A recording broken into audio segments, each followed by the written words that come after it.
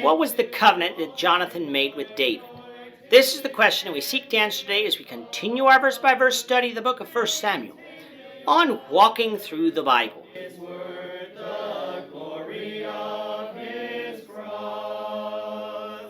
Today we're going to be discussing 1 Samuel chapter 20, verses 1 to 16. But before we do that, let's read the passage. If you have a Bible with you, you can turn to 1 Samuel chapter 20, verse 1. But if you don't have a Bible, don't worry. Just follow along with us on the screen. The version that we'll be reading from is the New King James Version. So 1 Samuel chapter 20, beginning of verse 1. Then David fled from Naioth and Ramah and went and said to Jonathan, "What have I done? What is my iniquity, and what is my sin before your father, that he seeks my life?" So Jonathan said to him, "By no means, you shall not die. Indeed, my father will do nothing, either great or small, without first telling me. And why should my father hide this thing from me? It is not so."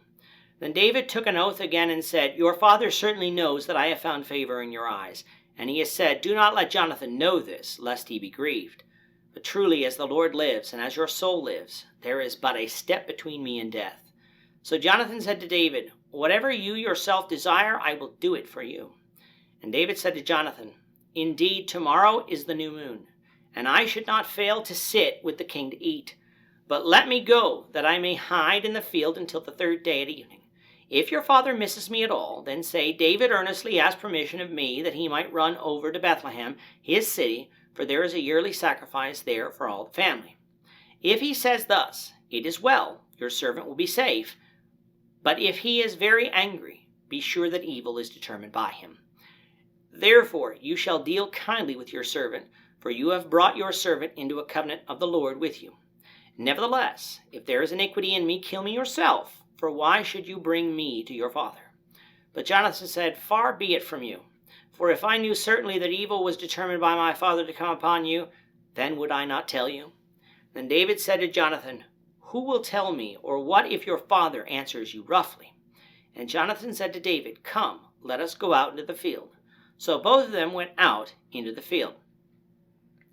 Then Jonathan said to David, "The Lord God of Israel is witness. When I have sounded out my father some time tomorrow or the third day, and indeed there is good towards David, and I do not send to you and tell you, may the Lord do so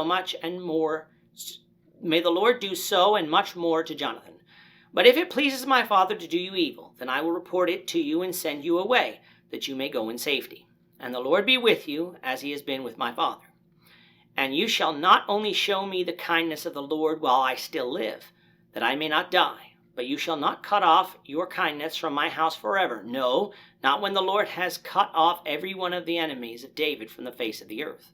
So Jonathan made a covenant with the house of David, saying, "Let the Lord require it at the hand of David's enemies." In the last chapter, we have David flee from Saul to Ramah, where Samuel was located. Saul came after him, but the Spirit of the Lord fell on Saul, causing Saul to prophesy instead of killing David.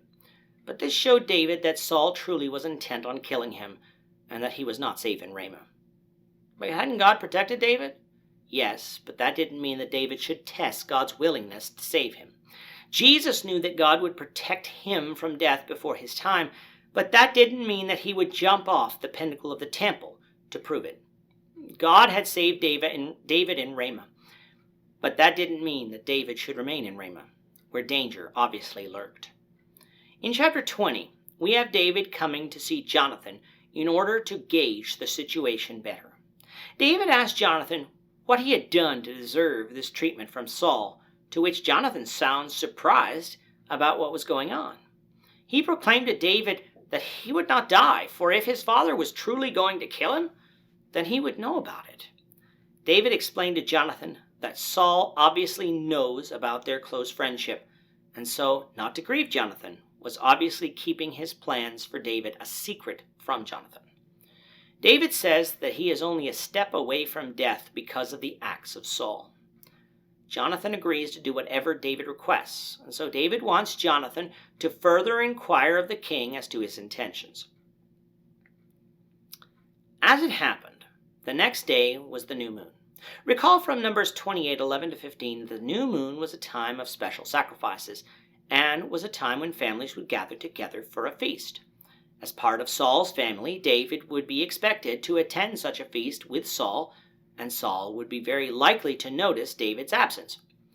When the situation arose then, Jonathan was to test Saul with the following statement, that David had asked him to leave to be in Bethlehem, for there is a yearly sacrifice to be offered there. Is David asking Jonathan to lie? No, for at this time there would have been a yearly sacrifice being offered, and David, being from Bethlehem, might have wanted to attend it. And moreover, Jonathan isn't saying that David has left, when in fact David was in the field, only that he has asked permission to leave, which David was doing at the time. How Saul reacted would tell David what Saul's intentions were. If Saul wasn't angry about that, I'm sure David would have gone to Bethlehem, knowing that he was safe. However, if Saul answered Jonathan roughly, then David would know that evil was in Saul's heart. And just so Jonathan wasn't dragged into any conspiracy, David said that if he had done anything worthy of death, then Jonathan should kill him right now, something that Jonathan refused. Jonathan swore that he would do this and bring back word to David either way about the plans of his father. But there was something Jonathan wanted from David, which was a covenant that David would treat him kindly all the days of his life and would treat his house kindly as well, no matter what Saul did. If you think about it, Jonathan knew that God was with David and would protect David. But he also knew that David could easily become embittered with Saul's house for his poor treatment, and in the future seek justice on the entire family. Jonathan wanted assurances that his household, Jonathan's household, would always find kindness from David.